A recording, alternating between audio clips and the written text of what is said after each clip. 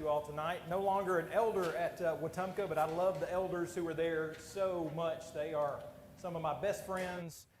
Just on the road a little bit too much, and COVID, one good thing about all of that was that I was able to be home a lot more and serve a little better, you might say. And so I just actually stepped down from being an elder a couple of weeks ago, and Wetumpka is so near and dear to my heart. And whenever I'm not on the road, then by the grace of God, I'm there. That's where my wife is tonight. She's teaching Bible class and not here with me. But it's always a pleasure to be with you all. I will say that this is just such better circumstances. I think it's on. Is this, move it up a little bit? I mean, listen, COVID is not new now. It's been around for, I don't know, about 2.5 years. When it was new, it was, I don't know, kind of weird, I guess you could say. It's not quite as weird anymore. I mean, we were being told about 2.5 years ago or so that the death rate in Italy was about 10%, and, you know, thankfully that has, I think, gone down quite a bit. So we're not here to relive COVID, but I will say that you all were my introduction to COVID, okay? I didn't really know much about it, and I remember coming I was on my way here for that meeting, and I had a meeting scheduled the week after I was here, and they canceled that meeting. And I was like, whoa, canceling the meeting? Really? Okay. You know, we were just figuring, like, okay, well, didn't really know about that. But anyway, we're not really here to talk about that tonight. You know, as I was seeing all the young people, I'm just so impressed with your group of young people here, and isn't it exciting to think about them, what they're learning in their Bible classes, the teachers who have prepared themselves. I think that is great. And I know that they would much rather be in their Bible classes than listening to me. Kind of like they'd probably rather be with Johnny at church camp. Johnny, you still big into camp? Are you you're one of the, is it Inagahi? All right. Well, I know that you all are a church that loves church camp like I do. I was just speaking at Backwoods Christian Camp last night. In fact, saw Reagan, your daughter there, maybe some others from here. I cannot remember, but I know I saw one Dolahite there, and one of your sons. Is that right? Okay. So it was a blessing to see them. But we're here tonight to talk about belief and what it means to believe, and really challenge you and me in the subject matter of believing. Now, you might be sitting there thinking, well, Eric, listen, this is a no-brainer. I kind of get it. It's real. Understanding belief is just, that's not too difficult. You know, if you were to ask the average person today, if you were just ask someone at school or someone at work or maybe your neighbor, hey, what does it mean to believe? Well, it's what we think. It's what we believe to be true. I just used the word in a sentence, and that's the word we're trying to. You know, it's something that we are maybe ascertaining and that we have come to a knowledge of. That's what they would say. Well, we want to allow the Bible to explain what it means by belief, because the fact is we use words in different ways. We use words in different senses, and most words, you look up a word in the English dictionary, and most words have more than one meaning. In fact, there are some words that have dozens and dozens of meanings. However, when you look up the word believe or belief, when you look up the word like to believe, it is to consider to be true. I mean, these are just some of the definitions. You know, to hold as an opinion. Is this your biblical belief? To suppose or to think. To accept as true or real. So what does it mean to believe? It comes from the Greek word pistis, belief, or pistuo, to believe. And is it merely to suppose or to think? You know, the Bible does use the word in that sense.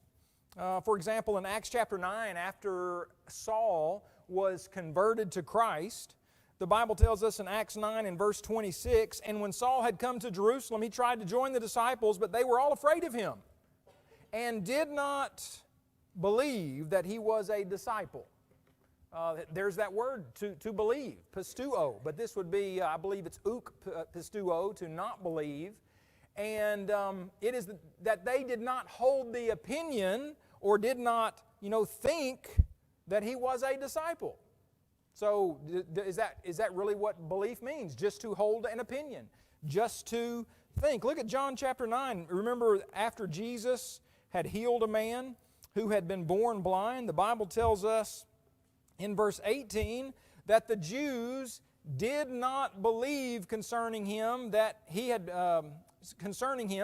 been blind and received his sight until they called the parents of him who had received his sight. They did not think, or they did not believe, they did not hold the opinion that this man had been blind and that Jesus had healed him. So, yes, sometimes the Bible uses the term in that sense.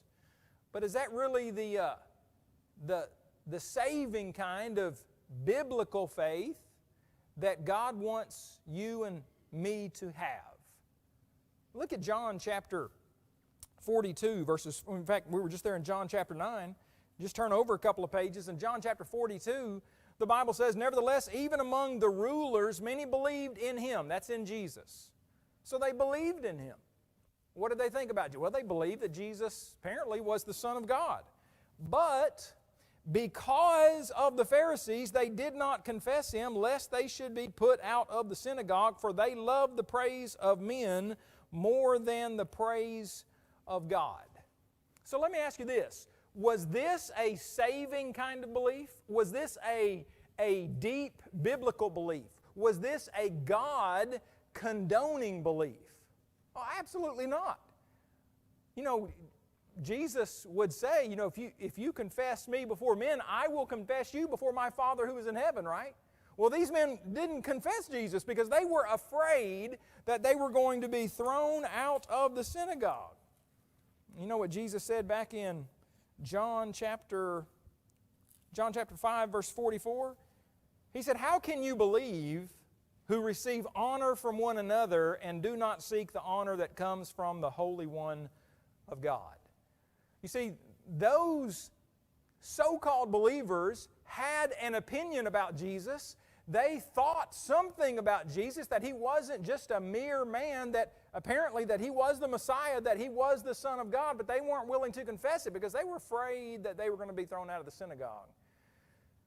And Jesus had said a few chapters earlier, how can you, and this is a rhetorical question, how can you believe who receive honor from one another and do not seek the honor from the Holy One, the only one, God?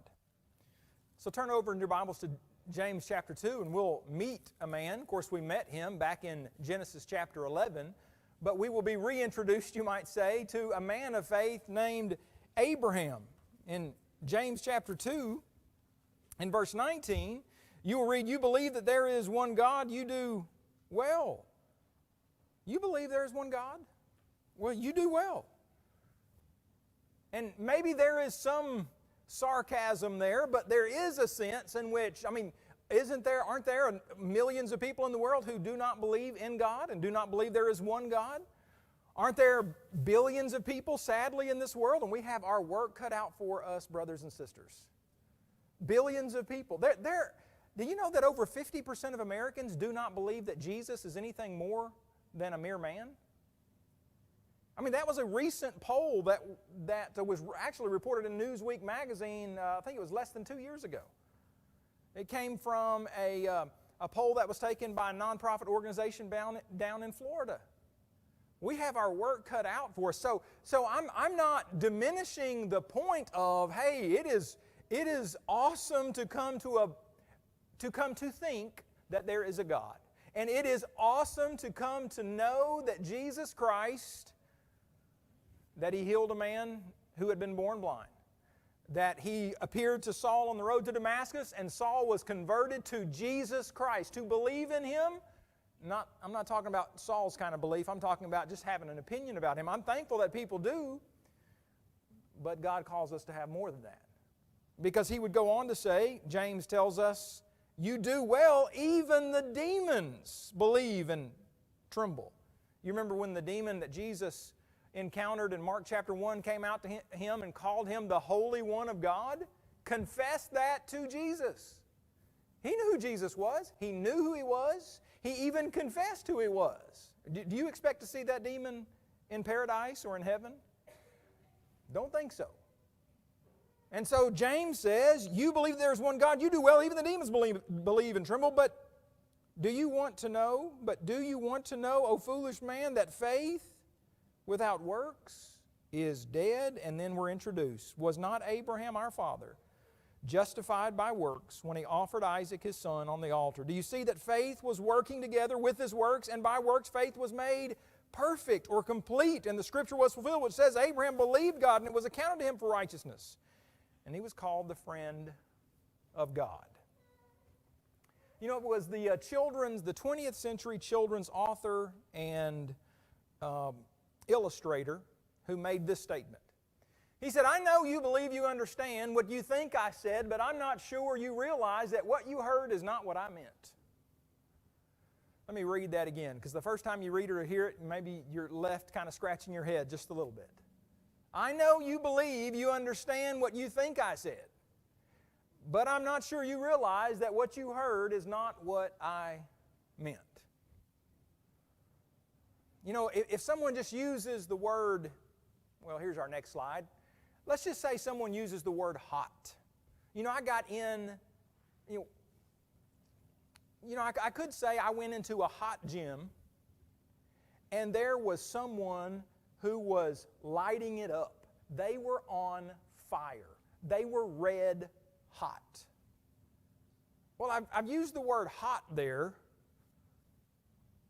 in two different ways. But if you just use the word hot by itself, you really don't know what someone means.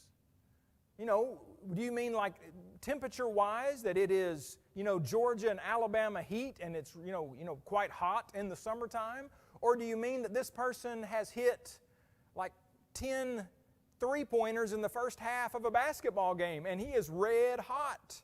Or maybe like young people talk to each other and, some guy says to a girl, I'm not saying, you should use this terminology, I'm just saying some guy might say, well, she's, hot. And generally, I think, that means that she's cute or something like that, okay? Back in my day, I guess we called them pretty.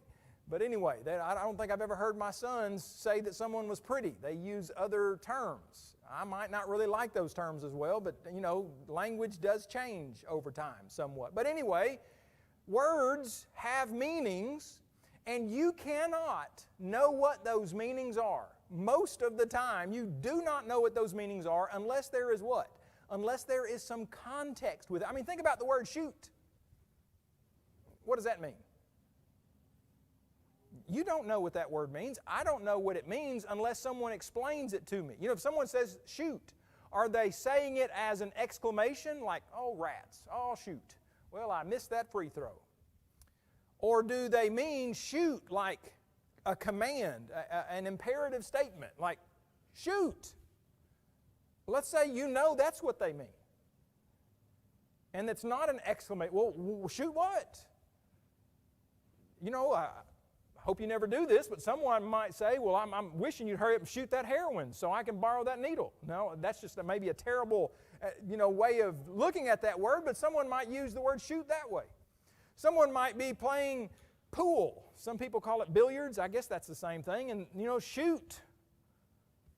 Shoot the ball? I don't know. I'm not much of a pool shark or anything like that, so I guess that's what they say. Or someone might say shoot, and they mean shoot the ball. Well, what kind of ball? A billiard ball or a soccer ball or a basketball? You still need more information. Shoot the ball. Well, okay. Shoot the ball toward the goal. I still don't know if you're talking about soccer or basketball. Shoot the ball toward the goal. All three of my kids were soccer players. They played a little bit of basketball, but not as much. They liked soccer a whole lot. So shoot the ball toward the goal. Well, what game are we talking about? Maybe you're talking about basketball. In the game of basketball. So it takes some explanation. And if we are going to understand what belief means, we need to let the Bible interpret itself. And if we want to understand what belief is, sometimes it's very helpful to see belief personified. And I don't mean personified, like maybe we think of the, wisdom personified as a woman in the book of Proverbs. I'm talking about tonight as we think about Abraham. And I'm sorry. Well, yeah, that yellow does show up, I guess, okay here. I want to think about Abraham's belief and let it be a challenge to us to have an Abraham-like faith. Your summer series is Imitate Me as that's what the Apostle Paul said, as I imitate Christ. Here we have Abraham, a great man of faith. Well, what does that mean? That he just believed? First of all, the belief that Abraham had caused him to leave his home behind. And instead of going back to Genesis and reading a number of verses there from Genesis, the end of Genesis 11 through the first several verses of Genesis 12, you just read with me or listen to me read from Hebrews chapter 11, and the writer of Hebrews somewhat quickly summarizing this point. By faith Abraham obeyed when he was called to go out to the place which he would receive as an inheritance. And he went out not knowing where he was going. By faith he dwelt in a land of promise as in a foreign country, dwelling in tents. Hebrews chapter 11, verses 8 and 9. Think about Abraham's actions here, Abraham's thought process that led to him leaving home. If I were to, just think if I were to go home tonight, if I get home maybe around 10 o'clock or something tonight, and I tell Jana, tomorrow we're starting to sell everything we have. We're going to pack our bags, just take a few things with us, and we're off. Off where? I don't know. We're just going wherever the Lord tells us to go. Now, I hope that you understand and I understand that in the 21st century, God speaks to us today through His Word. In Abraham's day, God was still speaking to people through dreams and visions and directly to the patriarchs, to various ones in the patriarchal age. But think about what Sarah must have been thinking at that point when she heard Abraham say this. Think about other relatives and friends and neighbors. You're doing what? You're just leaving your home, first in Ur of Chaldees and then in Haran, or Haran, however you pronounce that. It's pronounced different ways by different people. And then to go wander in tents in the land of Canaan. And he didn't have some kind of, God doesn't seem like gave him some kind of brochure and said, let me give you the brochure of Canaan. Notice what Canaan has waiting for you. Apparently, Abraham, he did not know where he was going. He'd never seen it. He didn't have, he couldn't Google it and look at space images of this place. He just got up and did what his Lord said to do. And I don't even know how much he knew about Yahweh. We anglicize, I guess you might say, the word with Jehovah. It's how it has been worded a lot. It's used that way in the ASV. Because Abraham's family, as Joshua would record in Joshua 24 and verse 2, they were idolaters. They apparently worshiped many gods. And Abraham was called out of that. I don't know how much he knew about Jehovah, but God made His presence known to Abraham, and he listened, and he believed. But he didn't just have a mere opinion about this. He didn't just think on this, but though that is certainly an initial step in this process, he left his home. You like living in Bremen, Georgia, and right around this area? Some of you might live outside of Bremen. I'm telling you, I love where I live. I love Wetumpka, Alabama. I've been there now I've been in that area for about 21 years. I've been in Wetumpka about 16 years. I tell people all the time, I would like to go to heaven from Wetumpka, if the Lord wills. I love where I live. And I don't really want to get up and move.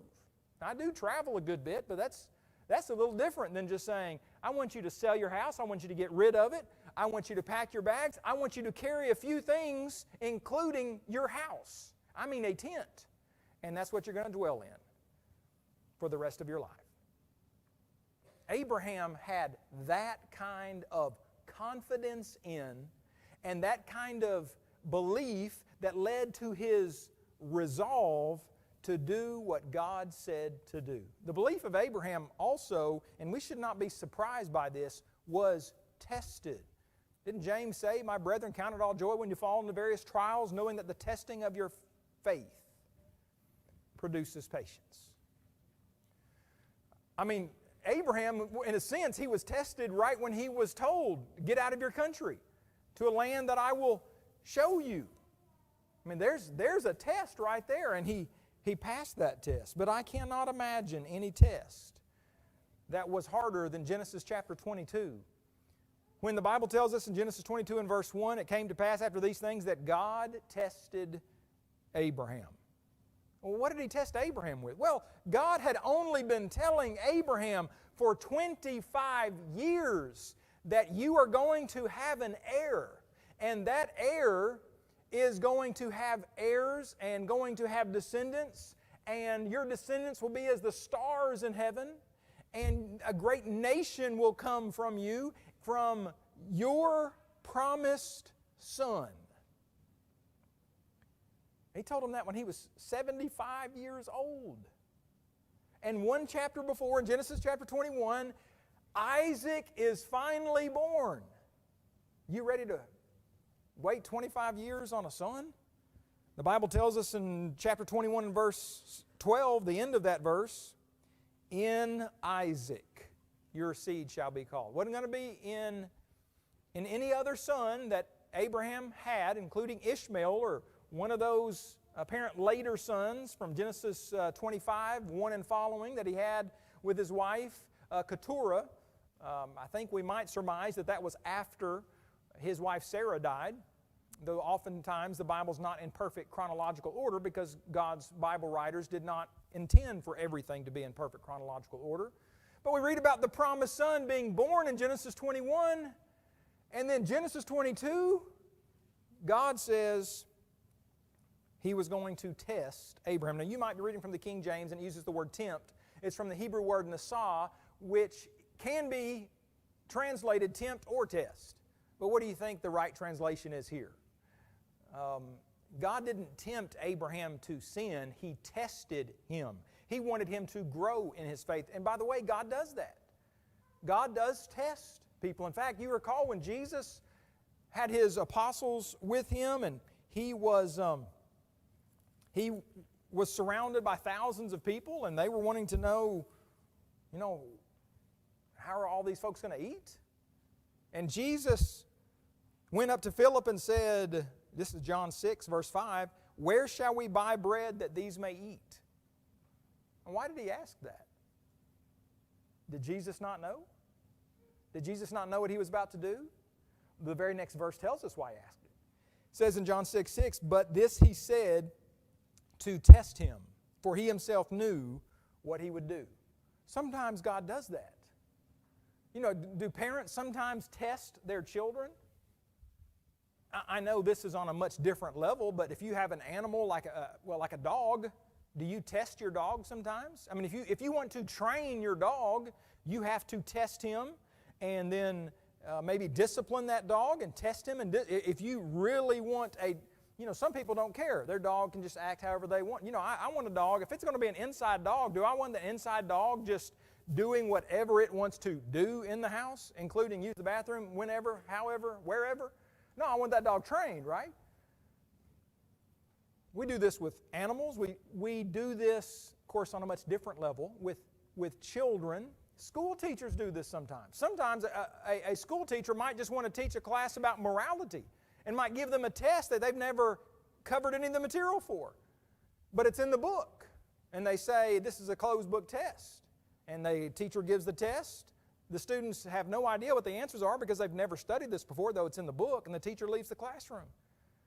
And everyone who aces the test, she knows, cheated by going to the book, and everyone who fails the test actually passed because the whole test was to see if a student would be honest or not. Take an honest F and get an A, or take A and get a deceitful A and really make an F on that test. You see, we do this, and sometimes God does this. God tested the faith of Abraham in a way that is, I suppose, unique in anything that's ever happened under the sun. You're not going to read that I know of anywhere else in the Bible where God is going to tell someone to go and offer his son, his daughter, his child as a burnt sacrifice. And this is what God said for Abraham to do. Now, on just kind of an apologetic note, like, a defense of God note, did God really want, you see the atheists, they use this passage and they say, well, God is a mean, terrible, killing murderer. Did God really want Abraham to kill his son? We got to remember, God knows the past perfectly, the present perfectly, and the future perfectly. You know what God knew He was going to do? God knew that He wasn't going to allow Abraham to actually kill his son. But God wanted Abraham, really it was for Abraham's benefit, wanted Abraham to go through this test so that he would grow in his faith. You see, God knew all along that He was going to say to Abraham in Genesis chapter 22 and verse 12, do not lay your hand on the lad or do anything to him. And I believe this is accommodative language when He says, for now I know. God knew it, but now the action had actually been accomplished. That is, Abraham had his faith had led him to this point in action, that you fear God since you have not withheld your son, your only son, from me. Just think about this, that Abraham was willing to do. He was willing to give up his only son. Not just give him up, but actually slay him. Well, why was he willing to do this?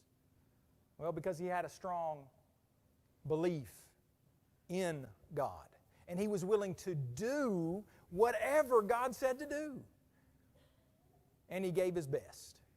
I mean, he gave the Hebrews writer uses the Greek word monogenes, his promised son.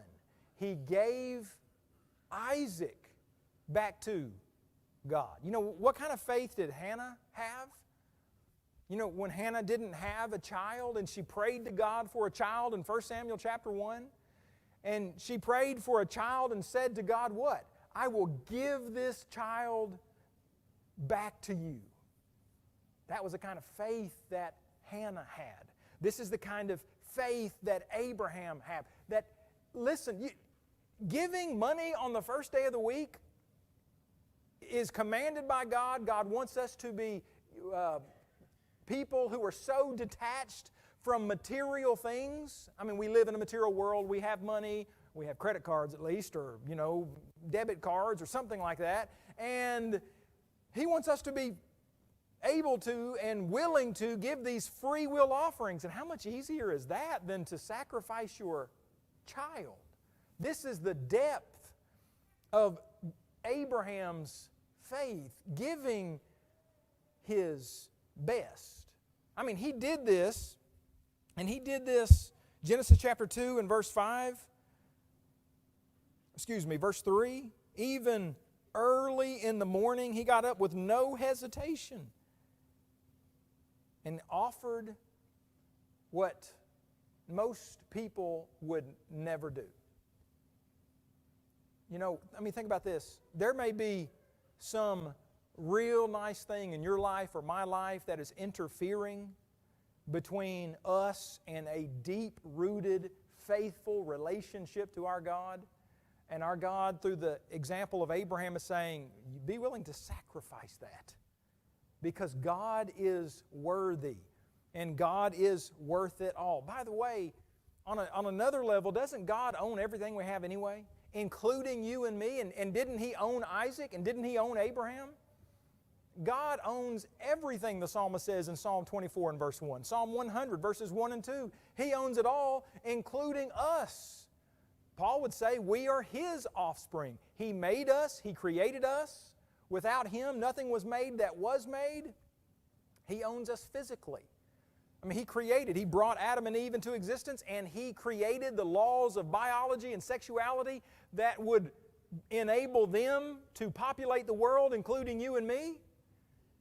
And then when you and I were conceived in the womb, you know what God created then? He created your soul and my soul, a soul that He owns. And so when He was asking for Abraham to give his son, it was someone that God already owned anyway.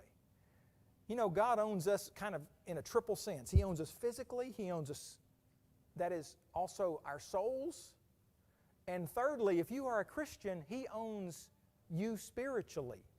I know your soul is spiritual, but everyone has a soul, but not everyone is a child of God. Not everyone is a child of God in the unique Christian sense where we are owned by God. He purchased us. He bought us back from a world of sin. He went, you might say, into a supermarket of sin, and He paid the debt that no one else could pay to get you or me out of there. God gave His best. Abraham gave his best. In Abraham, his belief, it was a trusting, absolutely trusting belief. What do you mean exactly by that, Eric? Well, think about this. God says to Abraham to go sacrifice your son. And one of the reasons, maybe the main reason, I don't know, that Abraham was willing to do this is because he knew. He had absolute trust, confidence in God that He was going to raise him from the dead. In Genesis chapter 22 and verse 5, we read that Abraham said to his young men, these servants of his, "Stay here with the donkey, the lad and I will go yonder and worship, and we will come back to you." You see what he said there? He said, "We will come back to you." This is how the Hebrews writer says it in Hebrews chapter 11. By faith Abraham, verse 17, when he was tested, offered up Isaac. You see, he didn't literally, ultimately kill him, but in that figurative way, I mean, he was willing to, and so God accepted that as a sacrifice because in his mind, it was as if he was already dead and he was going to be raised from the dead. Abraham offered up Isaac. And he who had received the promise offered up his only begotten son, of whom it was said, "In Isaac your seed shall be called." Verse 19 of Hebrews chapter 11, concluding that God was able to raise him up even from the dead, from which he also received him in a figurative sense. Abraham trusted in God. He knew the promises of God. And think about that lesson for us. Abraham had been told already, repeatedly, that in you all nations of the earth would be blessed. Well, God, I don't have a son. Is my servant going to be the one through whom you're going to bless all? Nope, not your servant. Well, I guess Sarah said, let's get Hagar over here and we'll have a son. And is it going to be Ishmael? No, it's not going to be Ishmael. It's going to be your son and Sarah's son. Isaac. Through Isaac, I'm going to bless all nations. Now go sacrifice Isaac. Go sacrifice Isaac. Sometimes, brothers and sisters, we just need to do what we tell our children to do. And sometimes it's go do it because I said to go do it. Sometimes it's a test. Abraham knew and trusted in God's promises. Through Abraham and through Isaac, all the nations of the world would be blessed. I mean, the seed of woman who was going to bruise or crush the head of Satan, Genesis chapter 3:15, was going to come through Abraham and Isaac. But you want me to go and sacrifice Isaac? Oh, that means He's going to raise him from the dead. That was the confidence. That was the trust. That was the obedience that Abraham had. The belief of Abraham, admittedly, it was imperfect. And I wanted to put this point in here in the lesson so that, we could maybe breathe a little sigh of relief, I suppose, because Abraham was not the Messiah. He was a great man of faith who trusted, who believed in a deep way, not in a superficial first definition you read in Webster's dictionary kind of, I think so, I have an opinion about. No, he, with everything in him, with all of his gut, with all of his might, with all of his body, soul, and mind, he trusted in God, but he wasn't perfect. There was that time, as we already mentioned, that Sarah said, "Here, take my handmaid Hagar and make a son with her." It seems like Abraham should have just said, "No, I'm going to wait. I've already waited 12 years. I can wait another 12 years, or it would be eventually 13 years in which Isaac would be born. You remember the time when Abraham went down to Egypt? Genesis chapter 12, went down to Egypt, and the Bible tells us that Sarah was a beautiful woman. And this is what Abraham said. And when there was famine there in the land where they were dwelling, the Bible tells us that he said, please say, this is what he said to Sarah. This is Genesis chapter 12, verse 13. Please say that you are my sister, that it may be well with me for your sake, and that I may live because of you. Sounds like Abraham was scared. Now, have I been scared many times in my life? Yes, I have. And I suppose most times just flat out unnecessary. Abraham is asking his wife, Johnny, if I told my wife, hey, Jana, would you, in this crowd that we're going to be in today, would you just let everybody know you're my sister? Because, if they decide that they like you and they like the way you look and they're going to take you, then they're going to kill me if they know that I'm your husband. And he didn't want to die that way. Now again, I don't want to be too hard on Abraham. I'm just saying Abraham I don't think was perfect, because it seems like to me in this situation Abraham should not have said. Now Sarah was his half-sister. She was the daughter of his father, but not his mother. Yes, I know that's a little different, but those were different times. This was about 4,000 years ago, and this was before the law of Moses. Seems like to me Abraham should have just trusted in God. Listen, God hadn't provided an heir at this point. Abraham had been told he would receive one. He's not going to die. So were there moments in Abraham's life where it seems that he obviously wasn't perfect? Absolutely. He was imperfect, but you can be imperfectly faithful, right? Sometimes the Bible does use the term perfect, but it's using it in the sense of, unless it's talking about Jesus or God, of course, of complete. His faith was complete, but that doesn't mean he's going to be perfect. There are a lot of complete husbands and wives in here. But wives, let me just ask you real quickly, any of your husbands perfect? Never made a mistake? Listen, I made all sorts of mistakes just my first few weeks of marriage. I can tell you what I did in one day. In one day, within the first 6 months of marriage, let's see, my wife said, okay, I woke her up late. I took all the hot water. I ate her favorite cereal.